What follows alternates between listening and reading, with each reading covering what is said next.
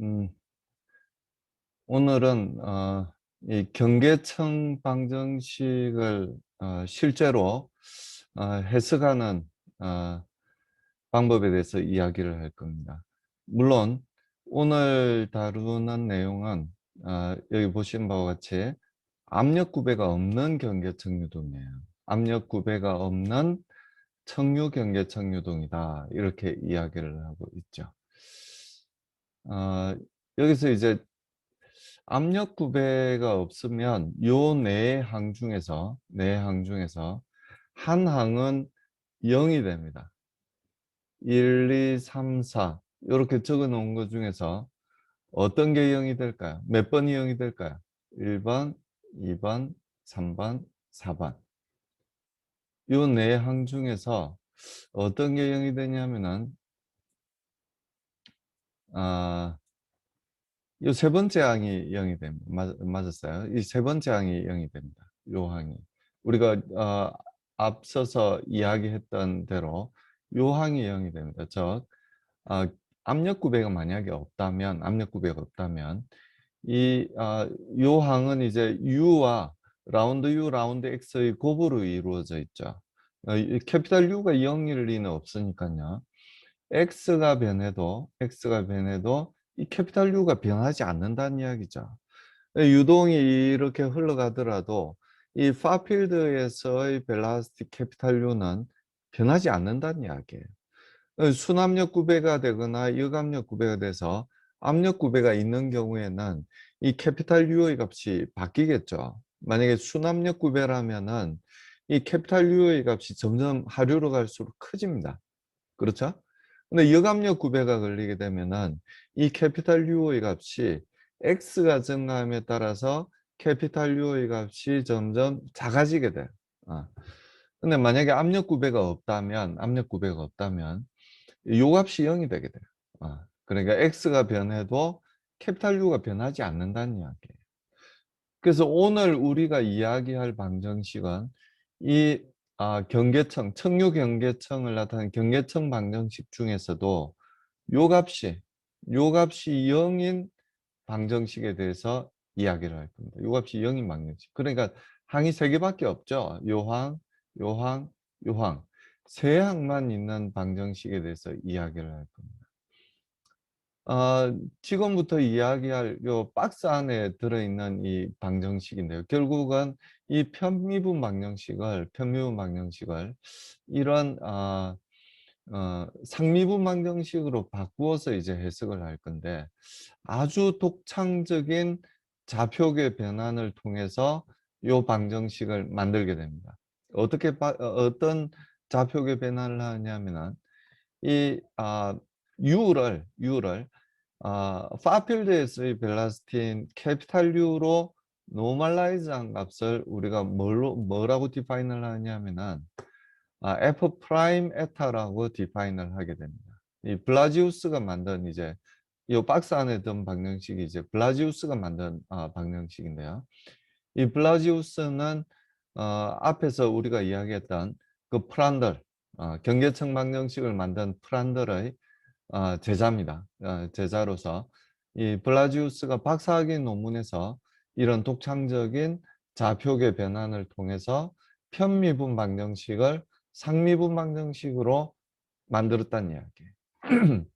아마 여러분들이 진행되면서 이제 느끼게 되겠지만 이걸 이해하는 것만 해도 아주 어려운 일이에요. 이해하는 것도 어려운 일인데 이런 독창적인 좌표계 변환을 생각해냈다는 것 자체는 우리가 생각하지 못할 만큼 훨씬 더 스마트했다는 걸 알 수가 있습니다. 그래서 f라는 펑션, 여기 f라는 펑션이 있죠. 이런 f. f를 한 번 미분한 값이 u라고 그렇게 디파인을 하고 있어요. 그럼 이걸 에타는 어떤 무차원화된 길이가 되는데요. 무차원화된 길이가 되는데 어떤 길이에 대해서 미분한 값이 u가 된다면 원래 펑션 f가 갖고 있는 의미는 뭘까요? 이 f가 갖고 있는 의미가 뭘까요? 그러니까 말하자면 차원이 있는 값으로 생각하자면 속도를 어떤 길이에 대해서 한번 적분을 해주면 f라는 펑션이 될 거잖아요. f라는 펑션이 될 거잖아. 그럼 이 속도를 적분하면은 어떤 값이 되나요? 속도를 길이에 대해서 적분을 하면 뭐가 돼요? 어떤 물리량이 돼요? 어, 유량의 의미를 갖습니다. 유량의 의미.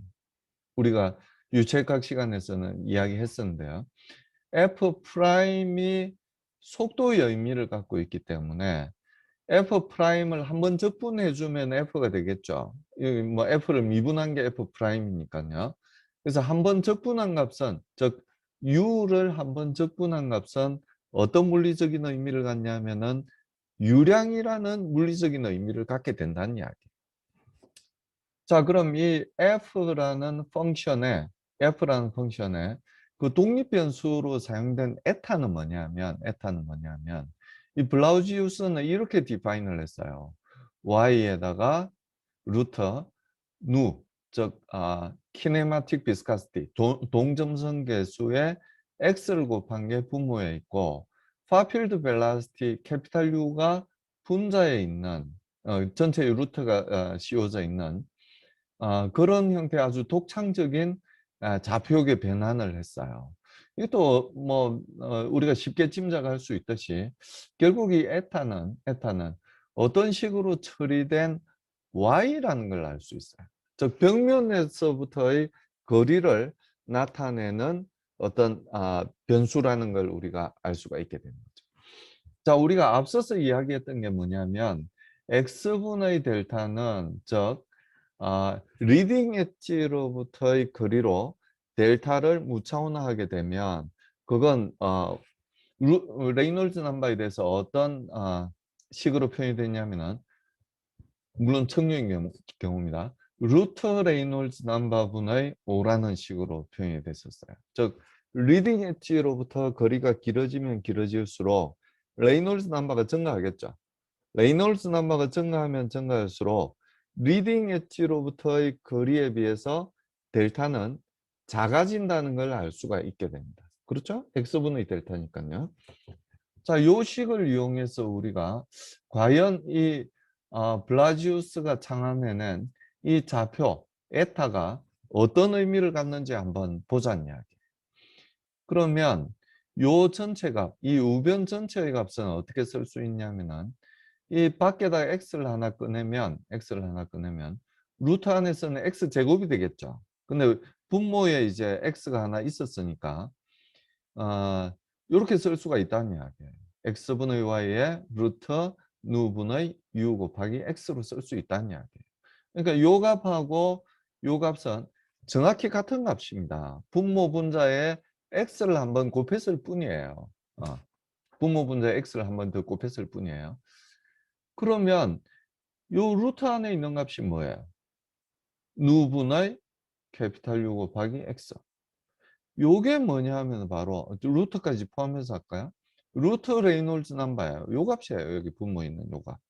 요 값입니다. 그래서 결국 요 값은 요 값 대신에 루트 레이놀즈 넘버 대신에 요 나머지 값 루트 레이놀즈 넘버 대신에 델타분의 5x를 이 루트 레이놀즈 넘버 값에다 대입을 해주게 되면 요 값이 결국 어떻게 표현됐다는 걸 알 수가 있냐면은 5 곱하기 델타분의 y가 된다는 걸 알 수가 있어요. 델타분의 y. 즉 벽면에서부터 어, 이 에타가 나타내는 의미가 뭐냐면 벽면에서부터의 거리를 델타로 무차원한 값이라는 걸 우리가 짐작을 할 수 있습니다. 근데 아직까지는 이제 요 값이 요 값을 우리가 구해낼 텐데요. 결국은 구해낼 텐데 지금까지는 요걸 모르는 상태예요. 앞에서 우리 뭐 소개는 해드렸지만 아직까지는 모르는 상태예요. 결과적으로 이렇게 나오게 됩니다. 근데 요 값을 만약에 우리가 알고 있다면 블라지우스는 물론 요걸 모르는 상태에서 이 에타라는 좌표 변환을 한 거예요. 그러니까 굉장히 스마트하다고 이야기를 하는 거죠. 그래서 요 값을 우리가 이용을 하게 되면 결국 에타가 5 곱하기 델타 분의 y가 된다는 걸 알 수가 있어요. 그래서 벽면에서부터 델타만큼 떨어져 있다면 에타가 얼마가 되냐면은 에타가 5가 된다는 걸 알 수가 있어요. 에타가 5가 돼. 에타가 5가 될 때 그럼 U의 값은 얼마가 될까요? 에타가 5가 된다는 이야기는 Y가 델타가 된다는 이야기죠. 벽면에서부터 델타만큼 떨어져 있다는 이야기. 델타가 뭐예요? 경계청 두께죠. 경계청 두께에서는 속도가 얼마입니까? 경계청 요 외부에서는 속도가 그렇죠. 캐피탈 U예요. 캐피탈 U. 그러니까 F 프라임의 값이 에타가 5가 될 때 이 U의 값이 캐피탈 U가 될 거라는 걸 알 수 있어요. 즉 F 프라임의 값이 1이 될 거라는 걸 우리가 예측을 할 수가 있게 됩니다. 물론 아직은 이 관계를 모르기 때문에 거꾸로 이야기하면 어, 에타가 얼마가 될 때 U가 캐피탈 U가 되는지를 보면 이 에타 값이 결국은 델타를 의미한다는 걸 델타에서의 에타 값이라는 걸 알 수가 있게 됩니다. 자, 아무튼 그건 뒤에 우리가 확인을 할 수 있는 내용이에요. 요 값이 나오는지는 나중에 확인을 할 수 있는 내용. 요 방정식은 우리가 앞서 봤던 프란들의 경계청 방정식은 이러한 좌표 변환을 통해서 이런 상미분 방정식으로 변환을 할 수가 있게 됩니다. 자, 우리가 사실은 옛날에는 이런 좌표계 변환을 통해서 요 경계청 방정식으로부터 이 상미분 방정식을 이끌어내는 과정도 우리가 이야기를 했었어요. 뭘 통해서 이야기를 했었냐면은 숙제를 통해서 이야기를 했었습니다. 근데 지금은 숙제를 내지 않겠습니다. 숙제를 내지 않고 그냥 요 방정식이 요런 좌표 변환을 통해서 요 방정식이 나왔다는 것만 이해를 하도록 하겠습니다. 자, 그럼 이건 몇 차 미분 방정식인가요? 원래 이 경계청 방정식은 몇 차 미분 방정식이에요? 원래 경계청 방정식은 2차 미분 방정식입니다. 여기 보시면 다 1차 같이 보이긴 하지만 1차 같이 요건 0이라고 그랬죠. 얘는 1차가 아니에요. 왜냐하면은 이 스트레스 값이 무엇과 무엇의 곱으로 표현이 되나요? 비스카시티와 속도 구배의 값으로 표현이 되죠. 속도 구배는 속도를 한 번 미분한 게 속도 구배잖아요. 그러니까 한 번 미분한 값을 다시 y에 대해서 미분을 했기 때문에 얘는 2차 미분이에요. 그러니까 이 항 때문에 결국 2차 미분 방정식이 됩니다. U에 관한 2차 미분 방정식이었는데 2차 미분 방정식이었는데 요 값을 이 한 번 F에 대해서 한 번 미분한 값을 U라고 이야기를 했기 때문에 U에 대한 2차 미분은 F에 대한 3차 미분으로 표현이 된다는 걸 알 수가 있습니다. 그래서 요 항이 결국은 F의 3차 미분으로 표현이 되는 거고요. 얘들은 한 번 미분한 것밖에 없죠. 그래서 얘 그러니까 얘는 한 번 미분한 거죠. F에 대해서 한 번 미분한 거예요. 이 V도 마찬가지로 한 번 미분한 거고. 근데 한 번 더 미분을 했죠. 그래서 두 번 미분한 값이 결국 들어오고 이 과정은 우리가 생략했기 때문인데요. 아무튼 요 값으로 변환이 되고 좌변에 있는 요 두 항이 요 항으로 표현이 되게 됩니다. 뭐 여러분들이 한번 도전해 볼 만한 수학적인 우리가 지적 호기심을 여러분들이 가지고 계시다면 틀림없이 한번 변환을 해 보시지 않을까 그렇게 기대를 합니다. 그럼 이 미분 방정식, 이 상미분 방정식은 독립 변수가 하나밖에 없어요. 아까 요 경계청 방정식은 몇 개예요? 독립 변수가 몇 개예요? x와 y. 두 개였잖아. 요 상미분 방정식은 독립 변수가 몇 개예요? 이 f라는 펑션이 어떤 변수로 표현이 되는 건가요? 바로 에타라는 단일한 독립 변수로 표현이 된다는 이야기예요. 여기는 x와 y가 다 있지만 x와 y를 아주 짬뽕시킨 독립 변수, 새로운 변수, 요 에타는 유일한 독립 변수가 된다는 이야기. 그래서 이 펑션 f에 대해서 독립 변수가 하나밖에 없기 때문에 어차피 상미분 방정식으로 이렇게 표현이 될 수밖에 없잖아요. 그럼 이 상미분 방정식은 3차 미분 방정식이라는 거 이해하시겠어요? 이해하는 게 아니라 이건 보이죠? 여기 한 세 번 미분했잖아요. 그래서 3차 미분 방정식이기 때문에 바운더리 컨디션 또는 초기 값이 3개가 필요하게 됩니다. 3차 미분 방정식이니까요. 그래서 이 경계 조건을 이제 가지게 되는데요. 이 f 프라임이 어떤 물리적인 의미를 가진다고 그랬어요? f 프라임이.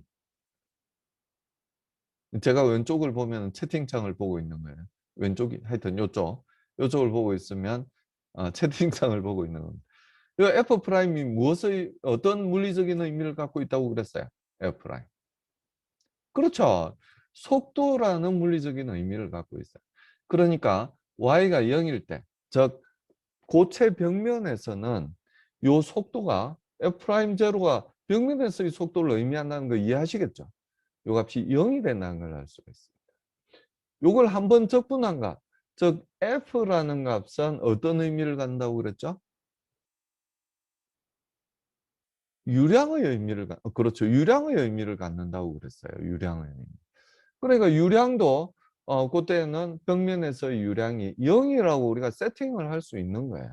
그래서 벽면에서의 유량이 제로고 벽면에서의 속도가 0이라는 걸 우리가 알 수 있게 됩니다. 우리가 알고 있는 경계 조건이에요. 말하자면. 그리고 파필드에서는 벽면에서부터 아주 멀리 떨어져 있는 곳에서 우리가 알 수 있는 조건은 뭐냐면 유량은 알 수 없죠. 유량은 물론 무한대가 됩니다. 0에서부터 캐피탈 U까지 변하는 구간. 이게 경계층 내부죠. 그리고 경계층 외부가 델타부터 무한대까지가 전부 경계층 외부잖아요. 그럼 유량은 Y가 무한대로 갈 때 유량은 무한대로 갈 수밖에 없어요. 이해하시겠어요? 무한대로 가요. 우리가 단지 알고 있는 건 뭐냐면 y가 무한대, 즉 벽면에서부터 아주 멀리 떨어져 있을 때 속도가 캐피탈 U라는 걸 우리가 알고 있다는 이야기예요. 유량은 무한대예요. 그래서 그건 경계 조건으로 사용을 할 수가 없어요. 그래서 y가 무한대일 때, 즉 에타가 무한대일 때, y가 무한대라는 이야기는 에타가 무한대라는 이야기죠. 에타가 무한대일 때 f 프라임의 값은 얼마로 가요? 1로 간다는 걸 알 수가 있습니다. U분의 U인데 캐피탈 U분의 U인데 U가 캐피탈 U가 되는 거잖아요.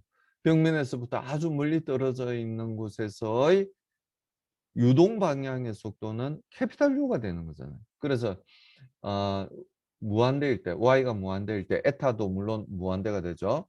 무한대일 때 F 프라임의 값은 1이 된다는 걸 알 수가 있습니다. 그래서 이런 경계 조건을 가지고 요 3차 미분 방정식을 풀어야 됩니다. 근데 요런 걸 배운 적이 물론 있죠. 바운더리 컨디션 문제를 푸는 걸 우리가 배운 적이 있어요. 어떤 수업 시간에 배우셨어요? 수체석 수업 시간에 배웠습니다. 수체석 시간에. 그래서 요걸 근데 이제 이 바운더리 컨디션 문제로 풀지를 않고요. 초기값 문제로 바꾸어서 푸는 훈련을 우리가 수치해석 시간에 했습니다. 수치해석 다들 들으셨죠? 뭐 안 들어도 크게 문제는 없을 것 같습니다. 그래서 우리가 이 블라지우스 솔루션을 수치 해석적인 방법으로 적분을 하게 되면, 즉 해석을 하게 되면 요 방정식을 해석을 하게 되면 요게 뭐예요? 요게 뭐죠? 요게 뭐냐면은 에타예요. 에타. 그죠? 요 값이잖아요. 여기 나와 있는 값이. y 곱하기 루트 nu x분의 캐피탈 U. 그렇죠? nu x분의 캐피탈 U. 이게 에타예요. 그리고 요 값이 뭐예요? 요 값. 요 값. 요게 f 프라임입니다. 여기 f 프라임. 이거. 그렇죠? 캐피탈 U분의 U. 그래서 요걸 이제 요 방정식을 이 미분 방정식을 풀면 어떻게 되냐면 솔루션이 수체적인 방법으로 풀면은 솔루션을 요렇게 구할 수가 있어요. 에타가 5가 되면 캐피탈 U분의 U가 얼마가 되냐면은 0.99가 됩니다. 물론 에타가 무한대로 갈 때 1이 되고요. 5부터 무한대까지도 조금 변해요. 1%는 변합니다. 하지만 우리가 이 에타 뭐야 델타를 디파인할 때 경계정 두께를 디파인할 때 캐피탈 U분의 U가 1이 되는 위치를 델타라고 디파인하지 않습니다. 왜 그럴까요? 왜 요 값이 1이 되는 위치를 델타라고 디파인하지 않고 0.99가 되는 점을 델타라고 디파인을 할까요? 혹시 대답해 보실 분 안 계세요? 마이크 켜고 한번 대답해 보시면 좋을 것 같은데.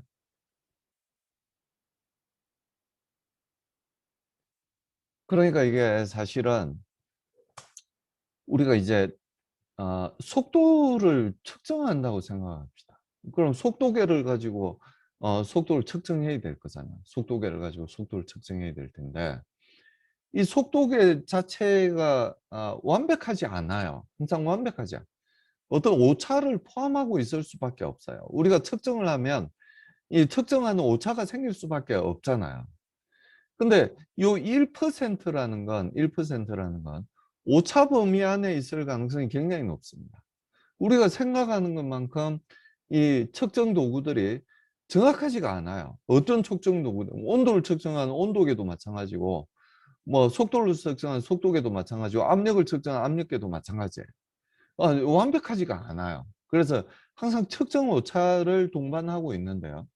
이 1%라는 건, 이 측정 오차의 범위에 들 가능성이 높다는 이야기. 자, 근데 측정 오차의 범위에 들 가능성이 높은데, 이, 어, 이 에타 값이 5에서부터 무한대 사이에 변하는 게 불과 0.001 이하로 변할 뿐이에요. 요 안에서 변할 뿐이에요. 그래서 어떨 때 측정을 하면은 10이 나왔다가, 요거는 이제 계산한 값이지만, 만약에 우리가 실험적인 방법으로 측정을 한다고 생각했을 때, 5부터 무한대 사이에서 어느 부분이 측정이 될지가 알 수가 없어요. 그렇죠.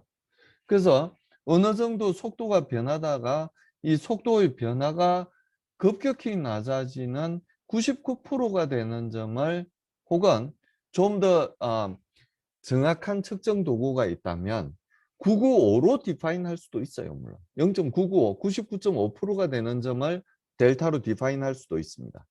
좀 더 정확한 측정 도구가 있다면 99.9가 되는 점을 우리가 델타로 디파인 할 수 있어요. 근데 일반적인 측정 도구를 가진다면 이 99% 정도가 되는 두께를 경계청 두께라고 디파인하는 게 아주 합리적으로 우리가 측정 가능하게 디파인하는 방법이라고 이야기를 할 수가 있습니다. 자, 이런 속도 분포를 안다면 우리는 모든 것을 다 알게 되는 거예요, 사실은. 모든 걸 다 알게 되는 거예요. 벽면에서의 속도 그레디언트를 알면 뭘 알 수가 있게 되나요? 벽면에서의 속도 그레디언트에다가 비스카스티를 곱해주면은 뭘 알 수 있어요? 벽면 전단 능력, 즉 월시어 스트레스를 알 수가 있게 됩니다. 그래서 이 유동이 이 벽을 얼마나 세게 당기고 있는지를 우리가 알 수 있게 됩니다. 자, 그래서 요 값을 이제 요 값을 구하는 건 여러분들이 한번 도전해 볼 만하지 않을까 생각을 합니다. 그래서 제가 어떻게 구하는지를 이제 어, 말씀을 드리는데요. 그 방법이 바로 슈팅 메소드입니다. 슈팅 메소드. 슈팅 메소드라는 말을 혹시 처음 들으시는 분은 안 계시겠죠? 슈팅, 수치 해석을 안 들었으면 아마 처음 들으실 거고요. 수치 해석을 들으셨다면 슈팅 메소드라는 말을 들어보셨을 거예요. 그래서 이 슈팅 메소드는 이 FDM 방법 대신에 초기값 문제로 문제를 바꾸어서 해석하는 거예요. 그러니까 이와 같이 2차 미분 방정식이 주어지고 바운더리 컨디션으로 X의 범위가 A부터 B까지라면 A에서의 컨디션과 B에서의 컨디션을 이렇게 주어지게 되는 게 바로 경계조건 문제예요. 경계조건 문제. 그렇죠. 요 문제를 어떤 문제로 바꾸어서 푸냐면 A에서 모든 조건이 다 주어져 있는 문제. 역시 두 개의 조건이 주어지는 건 마찬가지예요. 이렇게 두 개의 조건이 주어지는 게 경계값에서 이렇게 두 개의 조건이 주어지든지 아니면 A라는 점에서 두 개의 조건이 다 주어지든지 Y에 대한 조건, Y''에 대한 조건이 둘 다 주어지든지 두 조건이 주어지게 되면 이 문제는 풀 수 있는 문제가 됩니다. 만약에 하나의 조건만 주어진다면 풀 수 없는 문제가 되죠. 자, 우리가 풀어야 될 문제는 3차 미분 방정식이죠. 그래서 바운더리 컨디션으로 세 개의 조건이 이렇게 주어졌어요. 그러면 이 슈팅 메소드로 하려면 어떻게 해야 되냐면은 y = 0에서 f2'의 값도 주어져야만 초기값 문제로 문제를 해석을 할 수가 있게 됩니다. 그러니까 y = 0에서 여기서 이제 x = as죠. x = a에서 모든 조건이 다 주어졌을 때 y에 대한 2차 미분 방정식이 주어졌다면 y에 대한 1차 미분값까지 주어졌다면 우리가 풀 수 있게 되는 거예요. 어떤 방법으로 풀었죠? 여러 가지 우리 푸는 방법들이 있었어요. 그중에서 아주 인상적이었던 그 이름이 뭐냐면 룽게쿠타 메소드라는, 혹시 들어보셨어요? 룽게쿠타 메소드? 어. 우리가 수치 해석을 들으신 분은 아마 룽게쿠타 메소드, 아주 이름이 독특하기 때문에 룽게쿠타 메소드라는 걸 우리가 기억을 하고 계실 겁니다. 그래서 원래는 요 조건이 주어져 있지 않은 거잖아요. 그래서 요 조건은 일단 처음에는 가정을 하게 됩니다.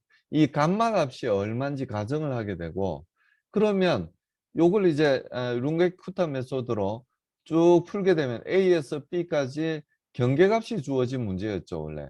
A에서 Y 값은 알파고 B에서 Y 값은 베타라는 경계치 문제였어요. 경계치 문제였는데 요걸 초기치 문제로 바꾼다고 그랬어요. 그러니까 B에서의 조건은 주어지지 않고 A에서의 모든 조건, 그러니까 A에서 함수값뿐 아니라 미분값까지 주어졌을 때 문제를 쭉 푸는 거야. B까지. 그럼 물론 맞지 않겠죠. 감마 원 초기 처음에 이제 임의값 감마 원을 가지고 해석을 하게 되면 요렇게 베타가 안 나오겠죠. x = b에서 y 값이 베타가 안 나오겠죠. 왜? 요 조건이 맞는 조건이 아니죠. 그냥 우리가 임의의 값을 선정한 거니까요. 만약에 여러분들이 신이라면 요 값이 얼마인지 알아서 그 값을 처음에 감마원으로 딱 주어지면 정확하게 여기에 떨어지겠죠. x = b에서 베타 값이 나오겠죠. 그렇지만 우리는 신이 아니라 인간이죠. 그래서 임의의 값을 감마 1을 선정을 하게 되면 그건 실제 감마하고는 이제 다른 값이 될 거란 이야기예요. 그래서 감마 1을 가지고 y''의 값이 감마 1이라는 임의의 값으로 해석을 하면 b에서는 100% 베타라는 값이 안 나오고 어떤 다른 값이 나올 거란 이야기예요. 그럼 이제 또 다른 임의의 값 감마2를 가지고 다시 해석을 합니다. 여기서부터 마칭을 해서 explicit한 방법으로 룽게쿠타 메소드를 이용해서 x = as부터 b까지 값을 점점 구해 나가는 거예요. 이렇게 점점 구해 나가는 거예요. 그럼 역시 임의의 값을 선택을 했기 때문에 b에서 y 값은 베타가 안 나오겠죠.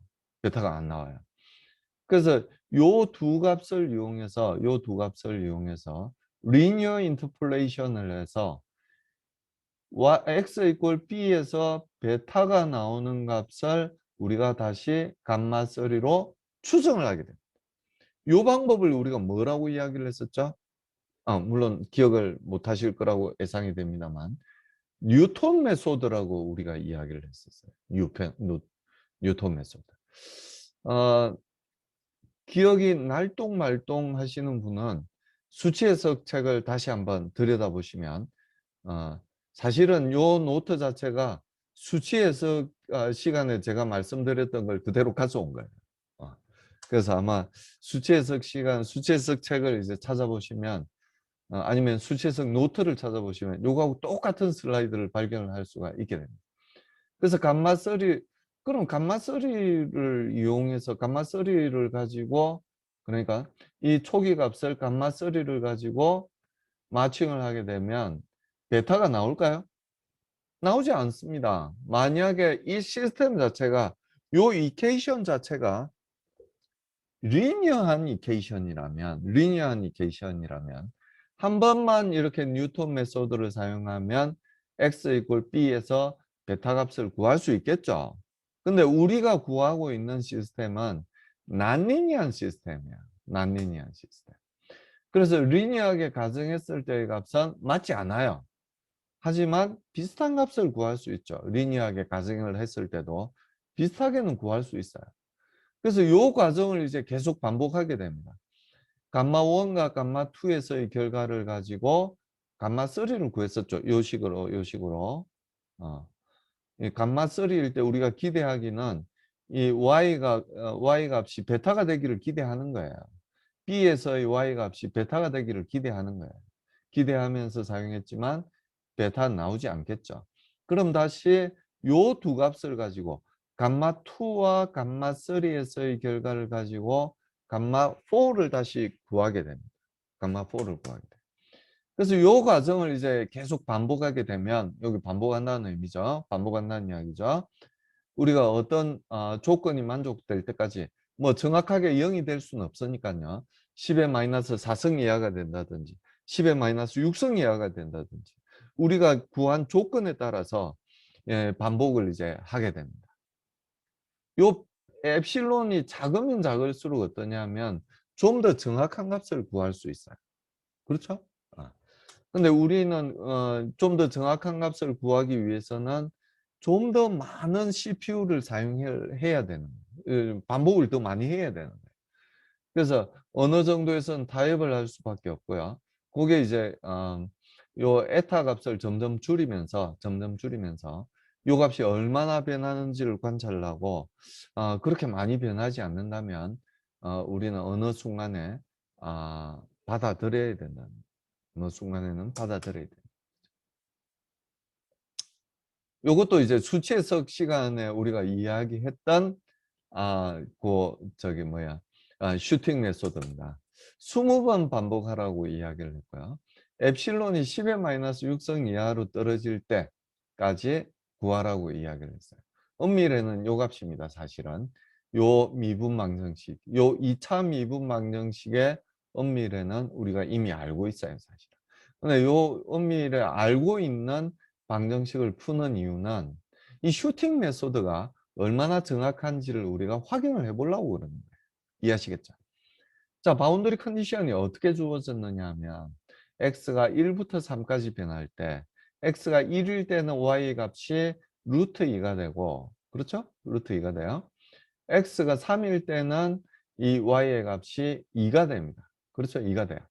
그래서 이런 바운더리 컨디션을 갖고 있는 이 2차 미분 방정식을 이 슈팅법을 이용해서 즉 explicit한 방법으로 이 y2 프라임 이퀄 마이너스 여기 있네요. 마이너스 y분의 y 프라임의 제곱으로 두고 이게 이제 주어진 경계 조건이었는데요.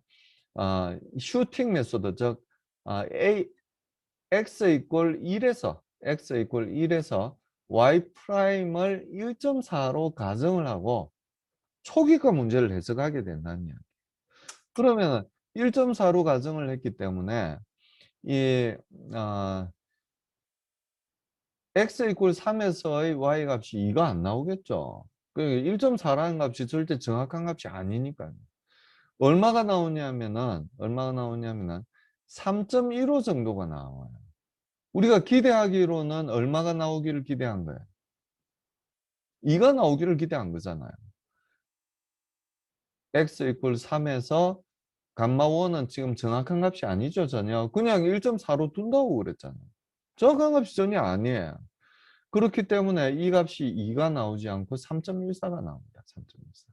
그래서 오차가 어느 정도 되느냐. 우리가 사실 요 정답을 알고 있다면, 근데 사실은 정답을 모르고 있는 경우에 문제를 해석을 할 거잖아요. 이렇게. 알고 있는 경우라면 이렇게 해석할 필요가 없죠. 어떻게 하면 돼요? 그냥 엄미래를 사용하면 되죠. 엄미래를 이렇게 사용하면 돼요. 지금은 왜 이걸 굳이 슈팅 메소드를 사용해서 푼다고 그랬어요? 슈팅 메소드가 잘 맞는지 한번 확인해 보려고 그러는 거예요. 자, 그래서 이 초기에서의 미분값을 1.4로 했을 때는 3.15가 나왔다는 이야기예요. 그리고 이제 다시 이 초기 값을 0.3으로 두고 다시 이 슈팅 메소드를 사용을 하면 x 이퀄 3에서의 y 값이 1.9가 나와요. 거의 비슷한 값이 나왔죠. 근데 실제 상황에서는 어때요? 이게 실제 정확한 값인지 아닌지는 우리가 알 수가 없는 거죠. 바운더리 컨디션으로 주어졌으니까 아는 거구나. 요건 아는 거죠. 근데 요 값이 정확한지 안 정확한지는 요걸 구해보면은 알 수 있죠. 정확하지 않아요. 근데 y''이 1.4보다는 0.3에 더 가깝다는 건 우리가 직관적으로 알 수 있어요. 그렇죠. 직관적으로 알 수 있습니다. 그래서 1.4로 뒀을 때의 결과 3.2와 그리고 0.3으로 뒀을 때의 결과 1.9를 이용해서 새로운 어프락시메이션 감마 3를 구하게 됩니다. 감마 3를 구해보면 어느 정도 값이 되냐면은 0.37 정도의 값이 돼요. 그럼 이제 0.3 근처라는 건 우리가 추측했던 대로 맞죠? 그래서 이 0.37을 이용해서 다시 초기값 문제를 풀게 되면 2.02가 나와요. 우리가 원래 주어졌던 바운더리 컨디션하고 아주 유사한 값을 얻을 수가 있죠. 솔직히 요 정도에서 스탑해도 되지 않을까? 1% 정도밖에 차이가 안 나니까요. 그런 느낌은 드는데요. 아무튼 문제에서 주어진 게 뭐냐면 10의 마이너스 6성 이내로 하라고 그랬거든요. 에라를. 그래서 요 2하고의 차이가 10의 마이너스 6성 이하로 구하려고 그러는 거예요. 그래서 요걸 6번 반복을 하게 되면 감마는 0.3536 정도 된다는 걸 알 수 있고요. x가 3일 때 y 값은 거의 10의 마이너스 6성 이내로 2가 된다는 걸 우리가 알 수가 있게 됩니다. 이런 식으로 슈팅 메소드를 사용해서 어, 전체 해를 구해보면 1에서부터 3까지 정답하고 요게 정답이죠. 정답하고 우리가 금방 슈팅 메소드를 이용해서 구한 값하고 그 차이를 구해보면 이렇게 10의 마이너스 9승에서 10의 마이너스 10성 정도밖에 되지 않는다는 걸 알 수가 있어요. 1일 때는 우리가 바운더리 컨디션이 주어졌기 때문에 에러가 없어요. 이렇게 x 이퀄 1일 때는 루트 2라는 바운더리 컨디션을 주어졌고 초기값 문제를 풀더라도 요 값은 그대로 사용하는 거죠. y''의 값을 계속 바꿔가면서 우리가 해석을 해보는 거잖아요. y''의 값을 바꿔가면서 뭐가 맞는지를 확인하는 거예요. x가 3일 때 y 값이 2가 나오는지를 확인하는 거잖아요. 그렇게 해석을 해보면 이렇게 에러의 값이 10의 마이너스 9성에서 10의 마이너스 10성 사이 정도밖에 에러가 되지 않는 굉장히 정확하게 수치를 구할 수 있다는 걸 우리가 확인을 할 수가 있게 됩니다. 그래서 우리가 구하고자 하는 방정식으로 다시 되돌아왔어요. 요 방정식에서 슈팅 메소드를 사용하면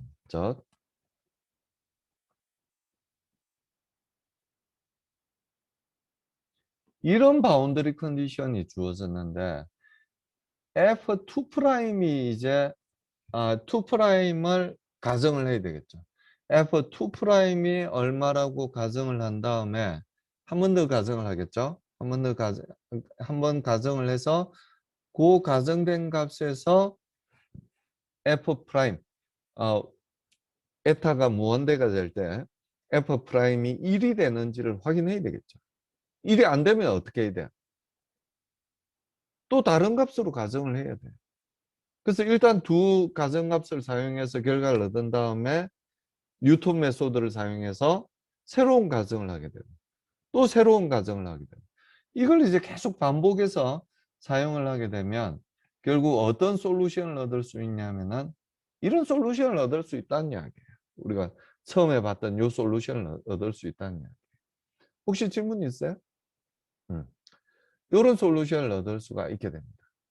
이 솔루션을 우리가 뭐라고 이야기를 하냐면은 청유경계청에서의 엄밀해라고 이야기를 해요.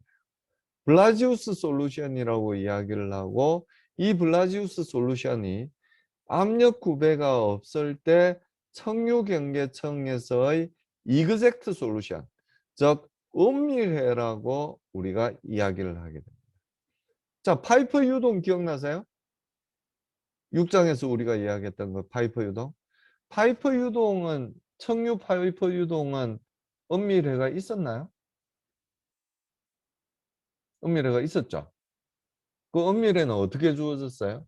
몇 차 방정식으로 주어졌었어요? 2차 방정식으로 주어졌었어요. 포물선 속도 분포를 보인다는 걸 알 수가 있었어요. 자, 우리가 이번 7장에서도 사실은 이야기한 적이 있어요. 청유경계청을 포물선으로 가정을 해서 구했던 적이 있어요. 잘 기억이 안 나실 텐데 앞으로 잠깐 되돌아가 볼게요.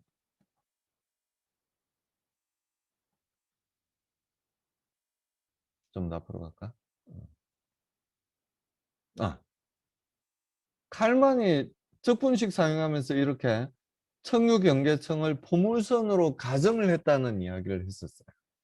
이게 전혀 엉뚱하게 포물선으로 가정한 게 아니었죠. 이 파이퍼 유동에서는 이게 맞거든. 유색한 솔루션이거든요. 그래서 요 값을 이제 청유경계청에도 근사값으로 우리가 사용을 했었는데 이제는 그 근사값이 아니라 정확한 값을 우리가 알게 됐다는 이야기. 정확한 값을 이렇게 알게 됐다는 이야기. 그래서 우리는 이제 앞서서 포물선으로 가정했을 때의 그런 과정을 다시 거치게 됩니다. 이그젝트한 값을 구해줘. 그러니까 x분의 델타가 루트 레이놀즈 넘버분의 5.5가 된다고 이야기를 했었어요. 어떻게 할 경우에 속도를 뭘로 가정했을 경우에 포물선 분포로 가정했을 경우에. 근데 지금은 가정하지 않죠. 가정하지 않고 요 엄밀해를 사용하게 되면 루트 레이놀즈 넘버분의 얼마가 된다고 이야기했는지 혹시 기억나세요? 그때 포물선을 칼만의 적분식을 말씀드릴 때 얼마가 된다고 말씀을 드렸냐면은 이그젝 솔루션은 루트 레이놀즈 넘버분의 5가 된다고 이야기를 했었어요. 그 이그젝 솔루션이 어디서부터 나온 거냐면은 바로 이 블라지우스 솔루션입니다. 요 속도 분포를 그대로 사용을 하게 되면 루트 레이놀즈 넘버분의 5라는 값을 구할 수 있다는 이야기예요. x분의 델타를.